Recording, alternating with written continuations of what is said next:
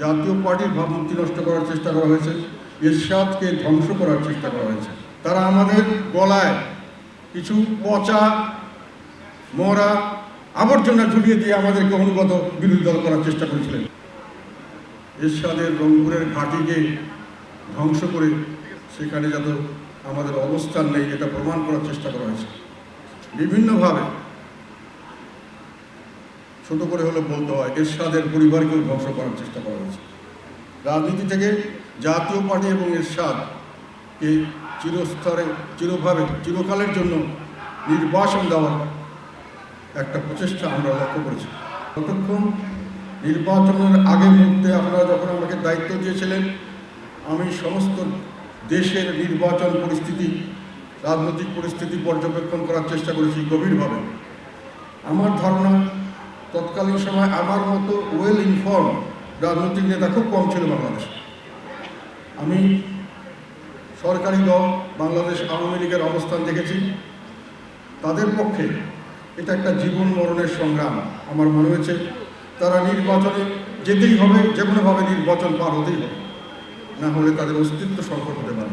তারা জিনিসটাকে এইভাবেই নিয়েছিলেন।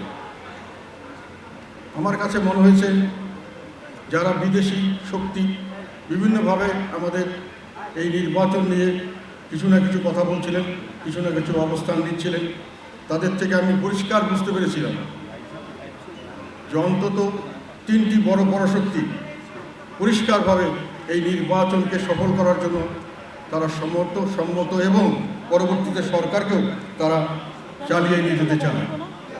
বিএনপির যে আন্দোলন চলছিল সে বিষয়ে আমার পরিষ্কার ধারণা ছিল যে এই আন্দোলন সফল হবে না। বাংলাদেশে কোনো আন্দোলনের মুখে কোনো সরকার পরিবর্তন হয়নি। সরকার পতন কখনোই আন্দোলনের দ্বারা বাংলাদেশের ইতিহাসে হয়নি।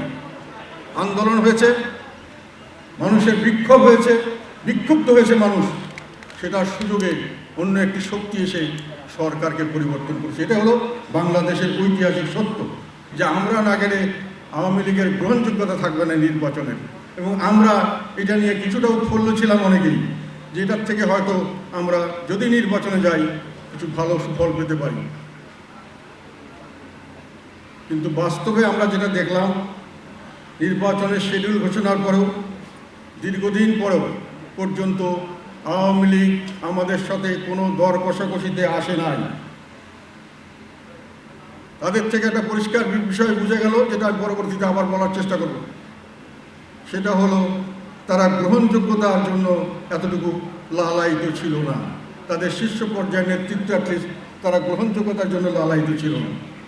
এবং আমাদেরকে নিয়ে তাদের যে একটা একদলীয় শাসন ব্যবস্থার যে একটা আকাঙ্ক্ষা, যে আকাঙ্ক্ষায় সুপ্রিম লিডার একজন থাকবেন আর সরকারি দল বিরোধী দল সকলেই তার কাছে আনুগত্য প্রকাশ করতে হবে, অনুগত বিরোধী দল, সেই অনুগত বিরোধী দলের ক্যাটাগরিতে জাতীয় পার্টিকে তারা ফেলতে পারছিল না।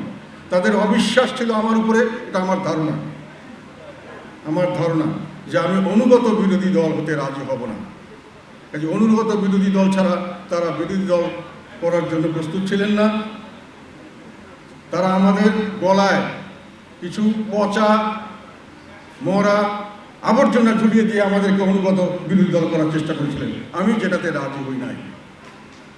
ফলে তারা আমাদের থেকে কিছুটা হলেও ইন্টারেস্ট হারিয়ে ফেলেছিলেন। কাজে আপনারা যে বলছেন গ্রহণযোগ্যতার জন্য একটা প্রচার করা হয়েছে, আমরা দল বিক্রি করেছি, তারা গ্রহণযোগ্যতার জন্য, তারা দল কেনার জন্য রাজি ছিল না, গ্রহণযোগ্যতার জন্য। এই কথাটি আপনাদেরকে আমি বলতে চাই স্পষ্ট ভাষায়।